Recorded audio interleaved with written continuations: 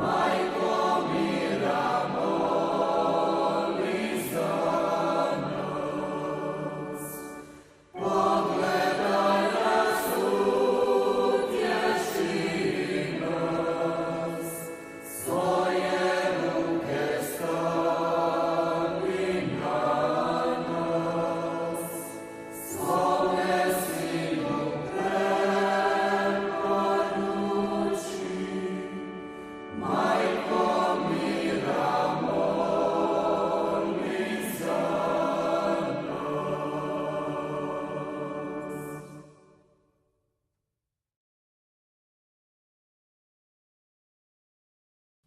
Hvala Isus i Marija, lijepo vas pozdravljam sve gledatelje slovenačkog i hrvatskog govornog područja. Opet smo došli kod Gospe u Međugorje i lijepo pozdravljam gostu Marinka. Hvala Isus i Marija. Navijek je. Drago mi je da ste opet naš gost na našoj misiji od puti i vjerujem da ćemo više upoznati sa stvarima koje su u Međugorju kod Gospe, kod Boga, ali možda će koga i nagovorimo za Isusa. Kako vas je Bog pozvao u svećeništvo i Evanđelje? Međugorje i Gospa su zaslužni za to. Naime, Gospa se ukazala u Bijakoviću, Međugorje, znači 24. lipnja 1981. godine, a ja sam saznao i moja obitelj i mnogi drugi saznali su za to 26. lipnja, a već 27. lipnja bio sam na brdu ukazanja i tu se počeo rađati poziv, znači malo pomalo, ja sam svaki dan dolazio u Međugorje, živio s tim, dolazio na molitveni program na večer i tako, malo pomalo, hvala mi da se odluči. Kako župljani Međugorja primaju Gospine poruke danas? Kako se primaju u početku ukazivanja? Ako vam je poznato, da li zapažate koja razlika? Baš smo u prošli vikend, ne jučer, znači, nego prošli vikend imali duhovnu obnovu za 3 dana, 5. subota i nedjelja, to je bilo 15, 16 i 17 večer. I zbog toga to napominjem zato što je to važno za župljane da se obnavljaju. Naime, kao i svi mi zaboravljamo stvari, zato što radimo i jednostavno neke druge stvari nas preokupiraju i zaboravljaju. Tako isto župljani Međugorja. Oni su na početku odgovorili na Gospin poziv, snažno odgovorili i spremni su bili ići u zatvor, išli su mnogi u zatvor i stvarno su živjeli Gospin poziv. Međutim, s vremenom, posebno nakon rata, počeli su sve više hodočasnika i dolazilo, sve više je bilo potreba da ih se udomi, da ljudi nađu negdje boravak, da spavaju, da jedu. I onda su se ovi župljani sve više angažirali po tome. I što se onda događa? Događa se da se sve manje ima vremena za molitvu. A kad se ima sve manje vremena za molitvu, onda se zaboravi, jer Isus zaboravio se neke vrijednosti. Zato je važna duhovna obnova, zato se važno obnavljati kako bismo ponovno živjeli ono što nas Gospod. Evo, svi smo mi u toj poziciji, ne samo župljani, svi mi inače, a posebno se na njima to primijeti onda. Da li nama ljudima se događa i hodočastima i tako naprijed, da stavljaju materijalna dobra na prvo mjesto, a da na Boga zaboravljaju pročisti malo prikazi? Tako je. Mi zaboravimo Boga zato što nas preokupiraju ovozemaljske stvari. Znači, ovozemaljske stvari su nam potrebne i važne, ali mi ne smijemo zaboraviti da smo i duhovna bića, da smo stvoreni za vječnost, da su materijalne stvari jedan važan dio, jer ne smijemo zaboraviti zanemariti materijalne stvari, ali moramo imati vremena za molitvu, za duhovno. To je ono što Gospa ovdje želi, samo to. Gospa nije protiv materijalne stvari, Gospa nije protiv rada, nego samo da se sjetimo duhovnosti, da se sjetimo i naćemo vremena za molitvu. Inače, kada dođemo na hodočašće, tada imamo više vremena za molitvu, da slušamo Boga i da nas Gospa vodi tamo gdje treba. Evo, to je zaista, to su važni momenti u životu, znači hodočašća, duhovne obnove, seminari, dakle, privilegirana vremena za duhovni život, kada se možemo više posvetiti duhovnosti, molitvi, kako bismo onda nakon toga mogli imali više snage za svakodnevno. Ja bi naše gledatelje, možda ste koji su prvi put sa nama, povabio na Slovenjački katolički crkvu RKC, koja je upravo biskupska konferencija u Ukrajini. Tamo ima veliko emisija u Međugorju sa fratrima. Više ćete i tamo upoznati. Ja mislim da je Gospa ista koja želi da ove emisije dolaze kod ljudi, bolesnika, možda isti koji ne može ići u Međugorje, ali moram kazati da ima ovaj molitveni program što je Sveta misa, Krunica, što i duhovne emisije i vaše emisije, naši gledatelji radi slušaju i vas u tome i pozdravljaju. To su stvari koje ljudi žele, mi možemo radi Međugorje slušati po kabelskom sustavu, po čitavom Sloveniji, ali koji su pa plodovi Međugorja danas? Plodovi Međugorja su, dakle, najprije su to obraćanje. Znači, čovjek koji dolazi u Međugorje, on se pokrene. Nešto se njemu pokrene, nešto ga potakne, ga promijeni. Nekako, sad neko više, neko manje, jel? Ali zanimljivost Međugorja je upravo u tome. Jedan svećenik je to rekao, razlika između hodočašća u Međugorje i hodočašća neka druga svetišta je u tome što kad odemo, kaže on, sa svojim županima kad odemo u neka druga svetišta u svijetu, onda kažemo bilo je dobro. Bilo je dobro. A kad odemo u Međugorje, onda se postavlja pitanje, a što dalje? A što sada? Nakon toga. Znači, Međugorje postavlja čovjeku pitanje i pokreće ga na neku promjenu. Evo, to je znači najvažnije i zaista mnogi su plodovi Međugorje. Za mene su to najvažnije. Postoji ozdravljenja, registrirana ozdravljenja. Međutim, najvažnija su duhovna, duševna ozdravljenja. Ozdravljenja u obiteljima gdje su se ljudi pomirili ponovno, gdje se dogodilo praštanje, gdje je ljubav pobjedila. To je cilj duhovnosti, to je cilj Međugorja. S nama su i gledatelji koji još nisu upoznali Božju ljubav, da li nam molitva i post sta potrebni? Molitva i post su nam potrebne, pogotovo danas kad smo u neprirodnom ritmu za čovjeka. Znači ovaj ritam u kojem mi živimo nije prirodni, nije za čovjeka. Čovjek je biće koje treba živjeti u laganijem ritmu. Ovo je ritam u koji smo mi ubačeni kao neki stroj. Mi smo taj stroj stvorili, a sad smo postali robovi tog stroja i mi gubimo orijentaciju. Prebrz je ritam, u stresu smo. I naravno da onda kad je čovjek nervozan,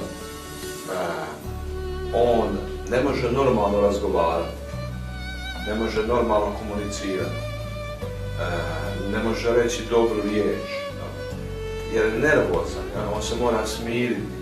Tako nekako i općenito svi mi. U stresu smo, u trci, mi ne možemo normalno živjeti i komunicirati. Zato su mnogi sukobi među ljudima, zato su mnoge rastave, zato su mnoge svađe, jer ljudi reagiraju u stanjima stresa, u stanjima nervoze, ljutnje, a tada se ne može normalno reći riječ. Zato je važno smiriti se. To je smisao molitve. Jedan od smislova molitve je taj da se smirimo, da stanemo malo, kako bismo se mogli nanovo orijentirati, vidjeti gdje smo, tko smo. U molitvi shvaćamo tko sam ja, da sam ja Božje biće, Božje stvorenje, to Božje ljubljeno biće, Božje ljubljeno stvorenje, da me Bog voli, da me Bog prihvaća, da me Bog prašta. Osim toga, post nam pomaže da smo danas pretrpani ponudama.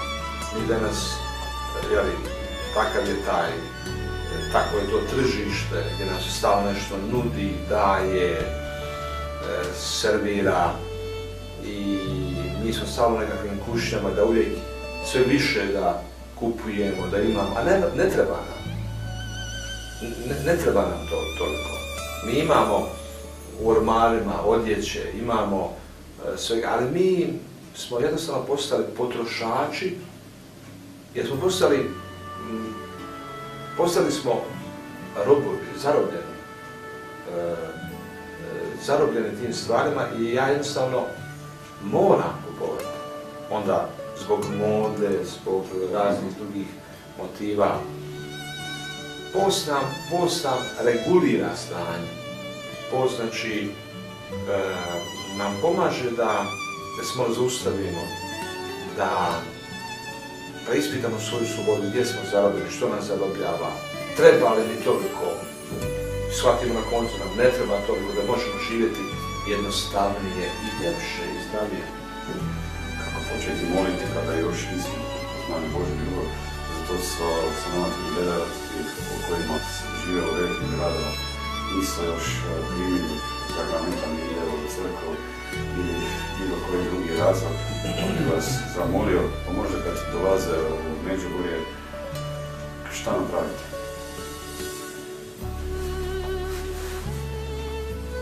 Kako njima probuditi ljubav? Dakle, svaki čovjek u sebi nosi potrebu za ljubav. Svaki čovjek.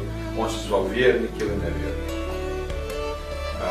Bio ne znam na kojem kontinentu ili ne znam kojoj situaciji, ne znam kojem vremenu. I u prošlosti, i u sadašnjosti, i u budućnosti. Uvijek će biti isto. Čovjek osjeća potrebu za ljubav. I to je važno znati. I onda čovjeku što trebamo učiniti? Samo to da mu pomognemo da on osjeti Božju ljubav, da osjeti da je voljen, da nije bačen, stvoren tek tako ovdje, bačen u štalu, nego da je stvoren za vječni život. I da ako je nešto se griješi, ako je negdje nešto promašio u životu, da nije to tragedija, da postoji novi početak, da ga Bog ljubi bezuvjetno. Isus kaže, kiša pada i dobrima i zlima. Bog ljubi čovjeka bezuvjetno. To je Božja ljubav kao sunce. A mi smo zemlja se okreće, mi se okrenemo od Božje. Da ljubav Božja ne prestaje sjati. Bog nas ne prestaje voditi kao i sunce, ono uvijek sjati. Ono što se mi okrećemo. To je važno, Gospod stalno govori o tomu da se okrenemo Božjoj ljubavi, da poput svijeta, da se izlažemo Božjoj ljubavi. Zato je važno klanjanje. To je to izlagati se Božjoj ljubavi. Sunčati dušu, biti pred Isusom, gledati u njega. Sveta Terezija Avila kaže, gledam kako me gleda. Dakle, evo to klanjanje znači, u tišini ostati. Ne samo šutnja, ne samo tišina, nego slušati je važno. Slušati. Evo, Isus kaže, pogledajte ptice, pogledajte ljiljane. Slušaj ptice, gledaj ptice. Gospod kaže, idite u prirodu, otkrićete Boga stvoritelja. Priroda nam daje mnoge lekcije o životu, o svemu. Zato svi oni koji nisu upoznali Boga, neka malo otvore osjetila, probude osjetila, neka počnu gledati, slušati, čitati Božje poruke, preko stvorenja otkriće stvoritelja. Zatim, tu su brda, kad dođu Međugorje, brda Križevac, brda Ukazanja, neka se polako penju, od postaje do postaje idu, otvaraju srce. Ljubav će se probuditi. Ona je u njima, samo što je zaspala, ja? Probudit će se ta ljubav. To je kao ona klica zimi u zemlji ili u stablu. Ona je tu, samo što je hladno. Ja? Kad dođe proljeće, znači kad sunce ojača, približi se zemlji, ojača, onda te klice počnu klijati, i iz zemlje i iz stabala. Tako i u nama postoje te klice ljubavi, samo što nekada zahladi u nama, zahladi i među nama ljudima i tako u odnosu prema Bogu.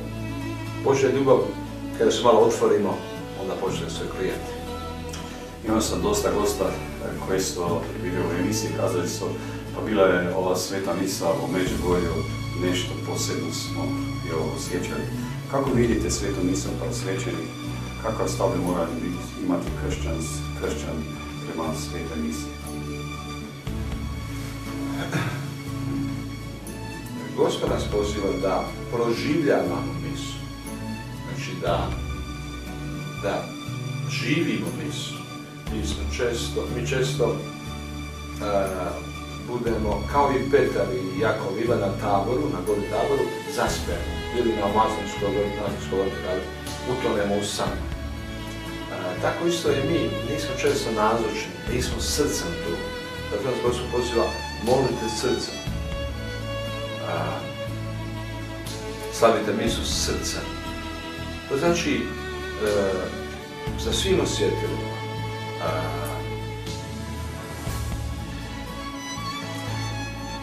ne mora to uvijek biti niti odmah na početku. Važno je da to želimo. Važno je da to hoćemo. A onda trebamo ustrajati i vidjet ćemo kako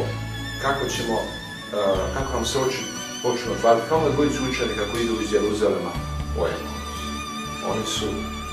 Isus je s njima, ali oni ga ne primjećuju. Oči su im zatvorene, jer im je srce otupilo, hladno postalo, razočarano i zbog toga što su se nadali nečemu drugom, očekivali, a tamo Isus jeli puno na križ. Tako isto, naša srca često su hladna, tvrda i mi ne primjećujemo tu Božju ljubav u tom jednostavnom kruhu. A Isus je tu, ali moguće da nam se otvore oči, da nam se probudi se. Zato je važno u sebi moliti za ljubav. Isuse, prije mise, daj mi ljubavi. Probudi u mene ljubav, Isuse. Važno je zahvaljivati. Isuse, hvala. Tijekom mise, Isuse, hvala.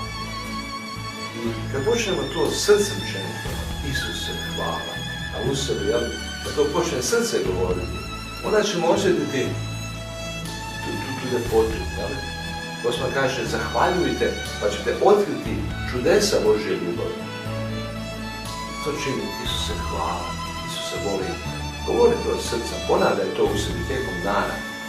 Vidjet ćeš kako se mijenjaš. Da li nam je duhovna obnova potrebna i zašto nam je potrebna? Dakle, duhovna obnova nam je potrebna zato što mi otupimo s vremenom. Mi se naviknemo na stvari, mi dakle ne primjećujemo.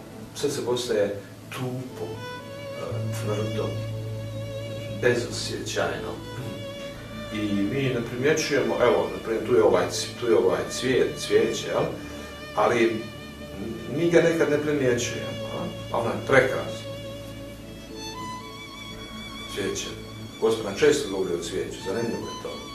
Zato želi da u malim stvarima otkrivamo tu ljepotu.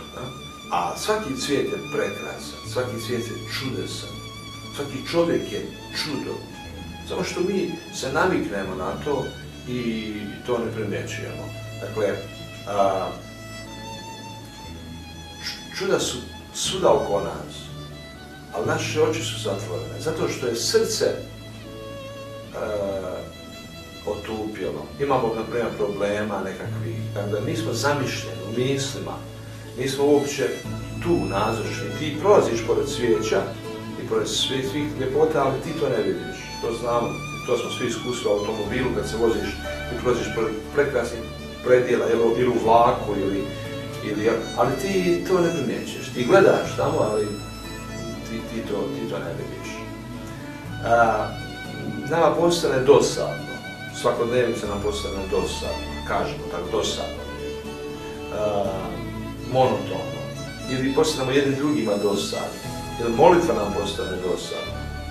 Misa postane dosadna.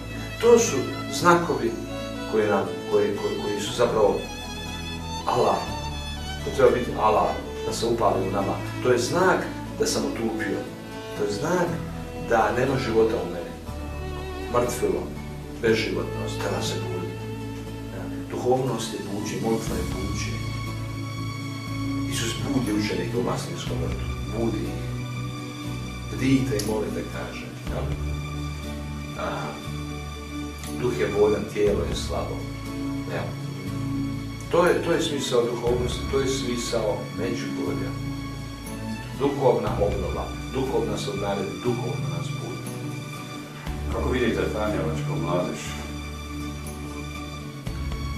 Franjevačka mladež, mi imamo, Franjevačka mladež mislite na mlade ili na podmladak Franjevački, podmladak.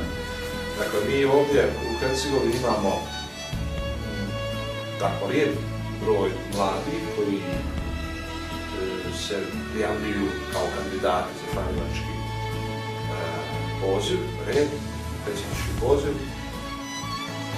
Tako svake godine u naš novicijat se prijavi oko 5-6 mladih. Sad u Zagrebu na studiju imamo 30, ja mislim tako nešto. Dobro, mi isto molimo za duhovna zvanja. Baš smo sad u Župi započeli djelo za duhovna zvanja u sklopu biskupijske naše odluke da tako učinimo. Znači, trebamo moliti za duhovna zvanja. Isus kaže, molite Gospodara žetve da počne raditi na svoju žetvu stvarno. Evo, dobro bi bilo da i u Sloveniji, a evo i ovdje isto kod nas, da molimo za duhovno. Kako vidite katoličku obitelj kao svećenik? Obitelj je uvijek na velikim kušnjama. Obitelj je samo jedan pokazatelj stanja danas. Svi smo mi zapravo u istoj poziciji, znači svi smo pokušali posebno, znači obitelj je temeljna stanica društva i crkve. I ako se obitelj uzdrma, onda se ruše temelj. Onda malo pomalo stvari idu u smjeru koji nije dobar. To vidimo što se događa u zapadnoj Evropi, u Sloveniji, u Hrvatskoj isto tako vrlo stvari koje nisu zdrave. Dakle, obitelj stvarno na velikim kušnjama i zato Gospod poziva ovdje u Međugorju obitelj da moli, da bude zajedno u molitvi. To je važno, znači, jer na taj način se jačamo zajedništvo, pripadnost, nam pomaže da budemo sigurni, nekad ne možemo sami, a kad imamo pomoć od drugih, onda lakše ide.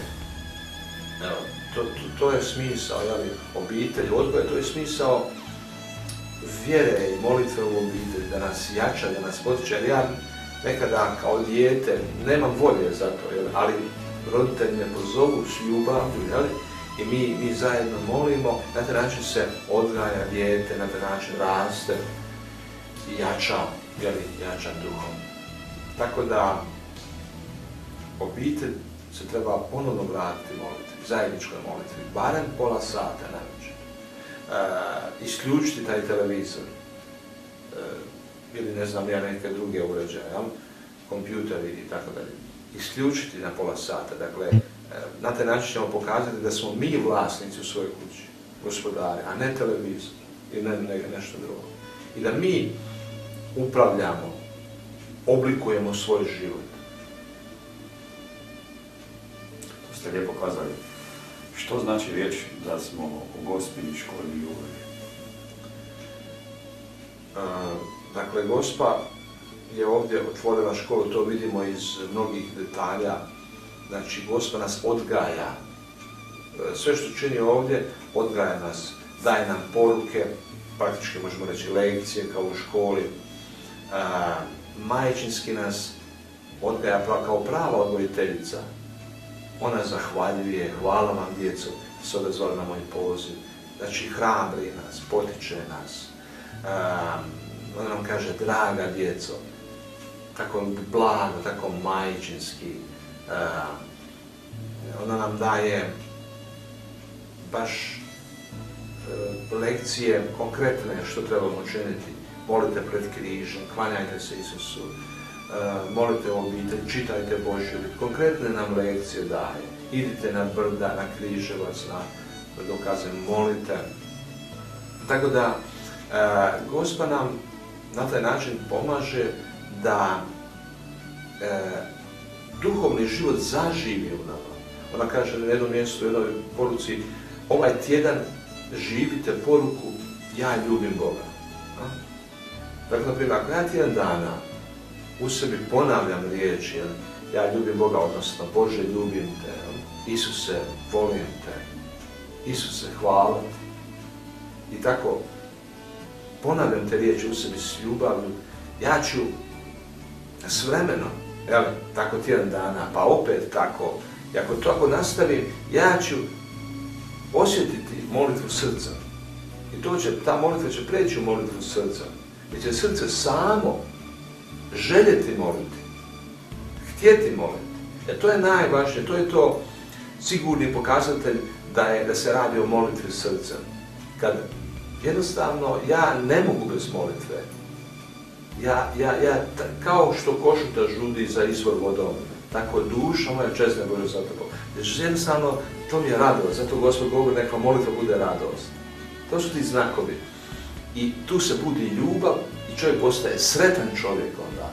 Postaje radostan čovjek. Jer rado ide, namjesto da on postane radost, rado ide na ispovijed, jer to susret s milosrdnim Bogom. Kako je prekrasno izreći svoje grijehe i znati i vjerovati Bog mi prašta. Pa to te oslobađa. To ti donosi zadovoljstvo, mir, radost. Evo, tako duhovnost postaje nešto prekrasno, radost. I ti se mijenjaš kao čovjek.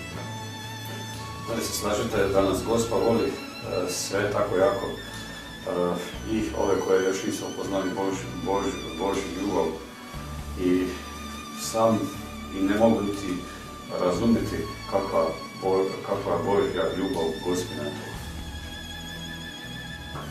Da,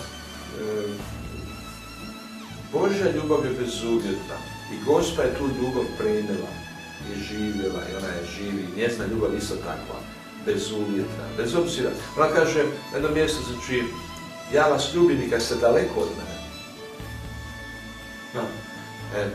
To je ta ljubav, znači, to je ta milosrdna ljubav.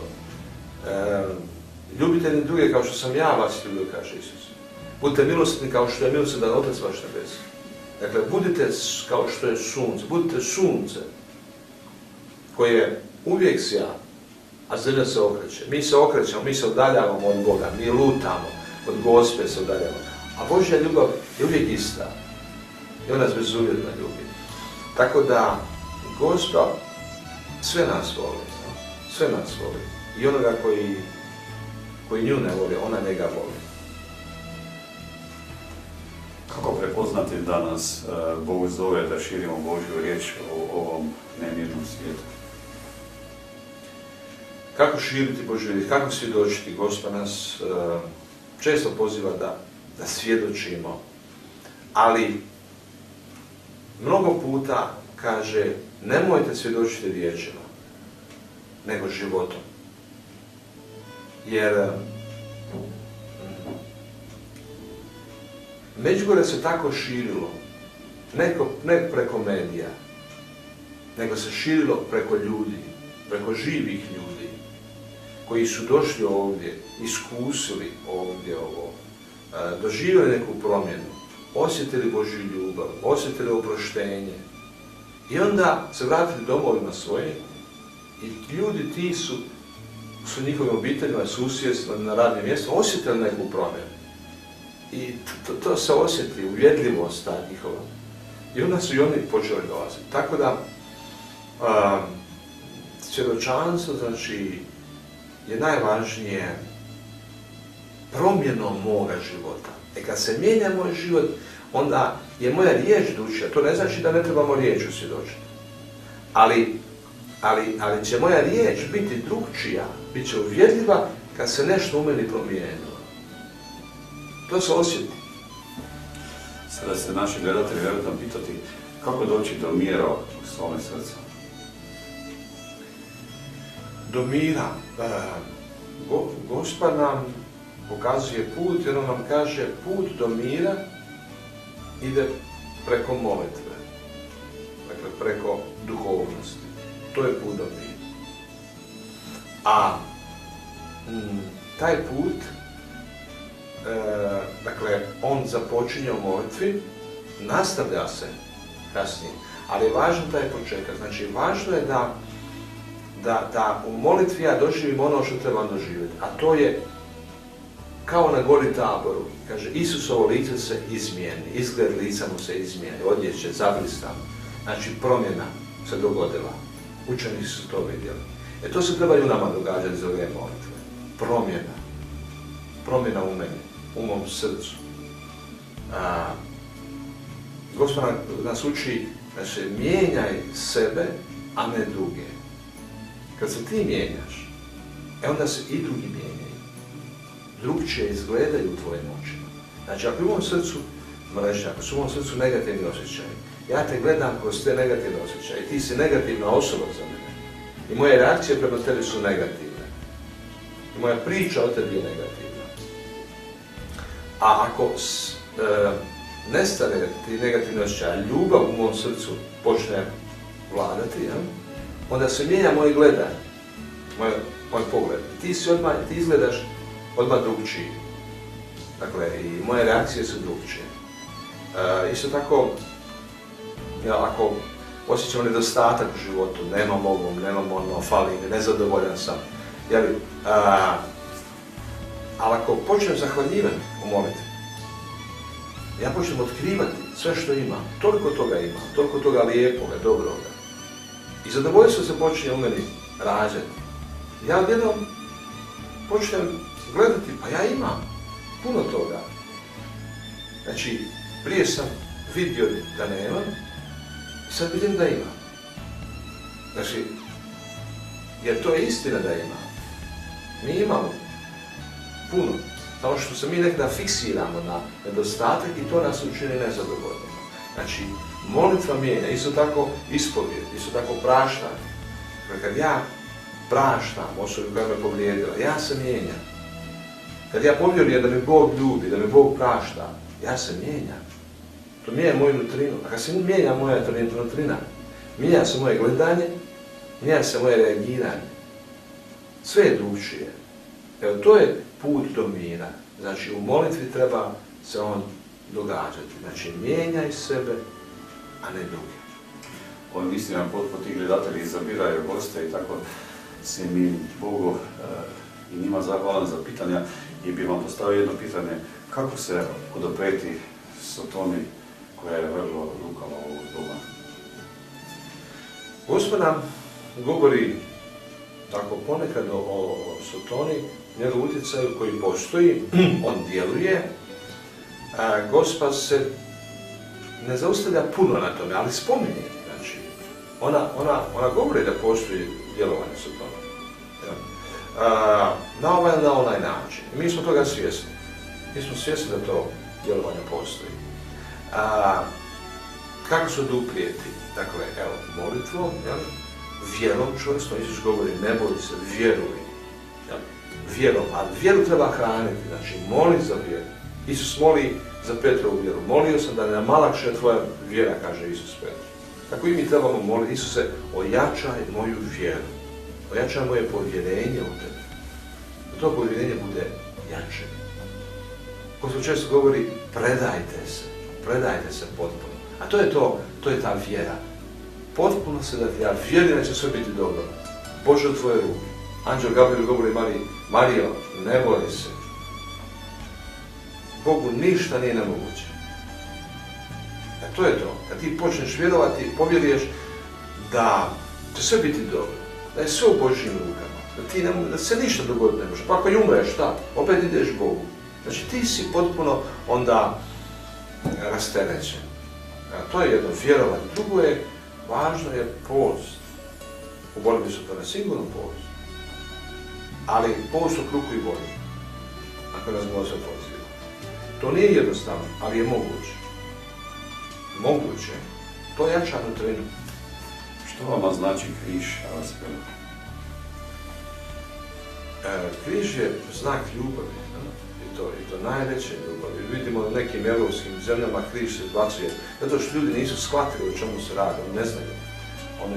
Oni su se zaustavili samo na površini, na onome prvom dojmu. Ali to je znak najveće ljubavi. Ljubavi koja sebe daje, ljubavi koja sebe žrtve, ljubavi slobodne. Znači mi trebamo gledati u križ zato što nas Isus nadahnije, on ostaje slobodan. Oni mu iskazuju mržnju, zapinju ga i svašta mu rade, a on ostaje slobodan. Njegovu ljubav ništa ne može izbaciti iz njega. Njegova ljubav ostaje unutra snažna. Znači, on zarobljen na križu ostaje iznutra slobodan. A oni koji ga razapinju, izvana slobodni, a iznutra zarobljen. Znači, Isus na križu prašta. To je znak slobode. To je znak ljubavi. On je slobodan. I on njih razumije, hoće oprostiti jer ne znaju što čine, ne shvaćaju, nisu svjesni. I zato je važno moliti pred križem. Gospod kaže, uzmite križ u ruke i promatrajte Isusove rane. Gledajte rane, gledaj tu slobodu, gledaj tu ljubav koja pobjeđuje. Znači Isusova ljubav pobjeđuje. Isus je pobjedio na križu. Kako je pobjedio na križu? Pa tako što nisu mogli ubiti njegovu ljubav. Nisu mogli okrenuti da u njemu ljubav bude poražena, pobjeđena. Da se u njemu mržnja pojavi, da se u njemu gorčina pojavi. Ne. To je ta pobjeda. Ljubav je pobjedila. Ništa je nije moglo pobijediti. I trebamo gledati u Isusove rane da naše rane onda ozdravljaju pomalo.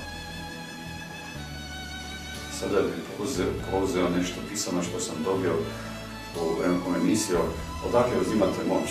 Jer nas naši slušalci Radija Mir Međugorje u Sloveniji vrlo rado slušaju, vrlo i znate nagovoriti, se pripremite na riječi i vam od ove prilike donesim lijepe pozdrave. Ne znam što bih tu rekao. Ja pokušavam živjeti Gospodine poruke i meditirati nad njima i mi ovdje u Međugorju molimo, mi uistinu molimo, dakle u tom svom programu i ovdje ne možeš biti hladan, znači ne možeš to shvatiti kao obvezu, da možeš to, evo tek, pa možeš, ali to je, osjetiš da to će ti biti postati teret onda, ako je samo obveza. To ti je da teret, to ti je muka. A to, kad ti postane molitva, srce, kad to rado činiš, onda je to nešto prekrasno. Jer biti ovdje, živjeti ovdje, s Gospom, u njezinom programu, to je nešto prekrasno. Lijepo. Što bi na kraju ove lijepe emisije kazali po ti putevi i položi na srce naših gledateljima? Rekao bih, znači, počnite moliti i ustrajte. I znajte da puno toga lijepoga postoji, puno toga dobroga. Gospod kaže, čudesa Božje ljubavi ćete otkriti. Uistinu postoje čudesa Božje ljubavi, samo što mi to ne doživljavamo zato što smo otupjeli iznutra. Tvrdo srce, otupjelo srce, bezosjećajno srce, bezživotno, ali je moguće to oživjeti. Zato počni moliti, počni postiti i vjeruj. Vjeruj da te majka ljubi, vjeruj da te Bog ljubi bezuvjetno. I kad povjeruješ da te Bog ljubi bezuvjetno, da si njegov ljubljeno biće, da ti on prašta, ti ćeš se početi mijenjati. Led će se početi topiti u tebi, ono tvrdo početi se mekšati u tebi. A sve dalje vidit ćeš kako će doći i kako će se oči otvarati. I srca se bi vam zahvalio na riječima koje ste podelili sa našim gledateljima emisije Pod Ti. Neka vam Bog blagoslovi vaš životni put. Riječ hvala je premalo i neka vam dobri Bog naplati u večnosti za sve dobro što činite sa područasnike. I vjerujem da ćemo biti u molitvi i duhovno povezani. Hvala Isuse Marija. Vas prijatelji pa lijepo pozdravljam iz Međugorja i dobro posjetite. S Bogom.